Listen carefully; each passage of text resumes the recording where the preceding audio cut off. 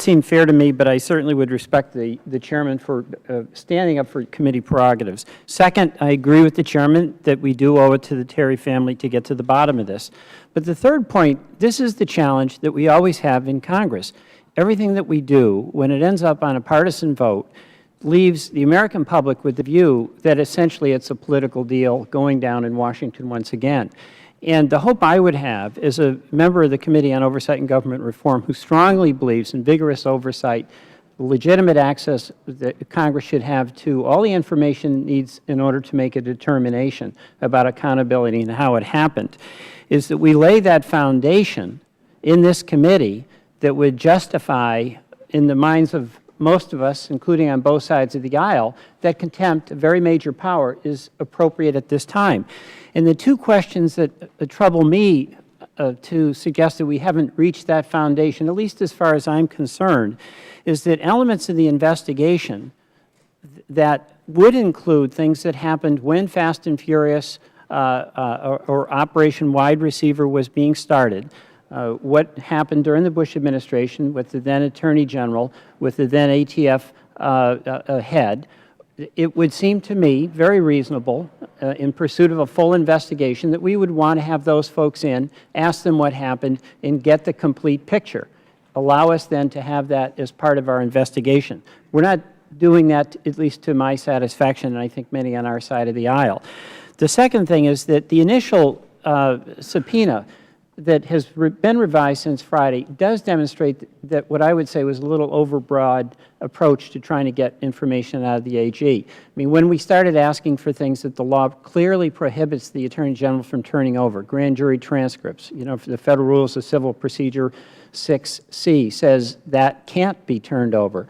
Wiretap information that cannot by the U.S. Code be turned over. In the subpoena was adjusted on Friday, but Friday's only a couple of days ago. So we're in a situation now where no matter how we vote on this, there are many of us who, while we strongly support oversight and strongly support the necessity of this committee having access to the information broadly that it needs, many of us feel the foundation for this contempt has not been laid because of, in my view, an inadequate investigation that would go to when this process began, and then secondly, a somewhat very overbroad subpoena that was just restrained last Friday that was literally asking the AG to turn over documents that legally he's not able to do. So that's where I'm coming from. I mean, there's a lot of us on this side, I think, would be gettable votes on a contempt against any public official who was illegitimately withholding information. I certainly would be.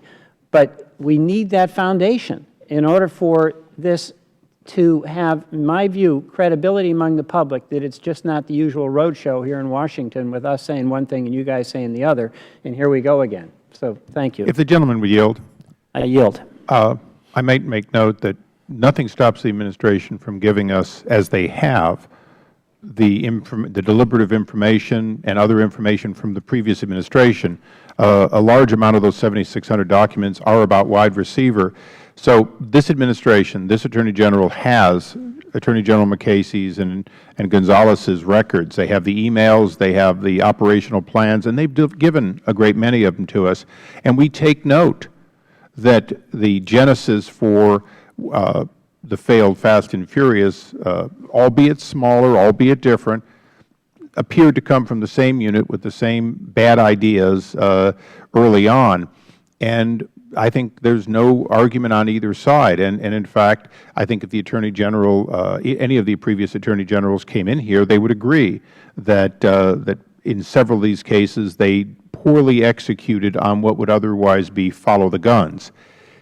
The reason that we have narrowed or moved the goalpost easier for the Attorney General to get a field goal here is, in fact, that we have had discovery and we've limited it. On May 18th is when the Speaker took the extraordinary measure of narrowing the request in a letter to the Attorney General. I might note he also spoke to the President on that. last Friday, what we did as a result of our becoming aware, the ranking member also becoming aware of the details inside 7 wiretaps, is that we felt that from a standpoint of contempt, although we still need additional information about people in the chain, that it really didn't need to be included in contempt. So we've narrowed contempt. We have not narrowed our need to get this information. And I'm not trying to lecture anyone because I'm not a lawyer, but in fact, the vast majority of the material we have not gotten, we believe, we totally believe, is not protected because of some compromising of ongoing criminal investigations. But of course, to know that, we would need a privilege log, which we have not received even an offer of. Well, if I might, reclaiming your time. You know, there has been some narrowing, and you know, you adjusted the subpoena after Friday, so that request for things that he couldn't give us was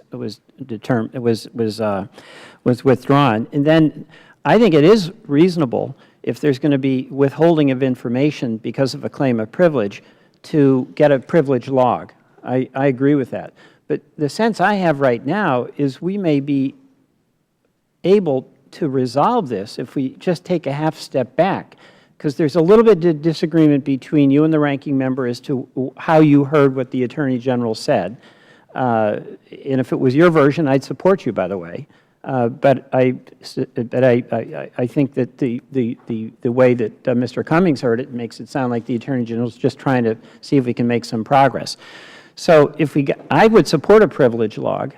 If he's turning over these other items, then that would be progress for us.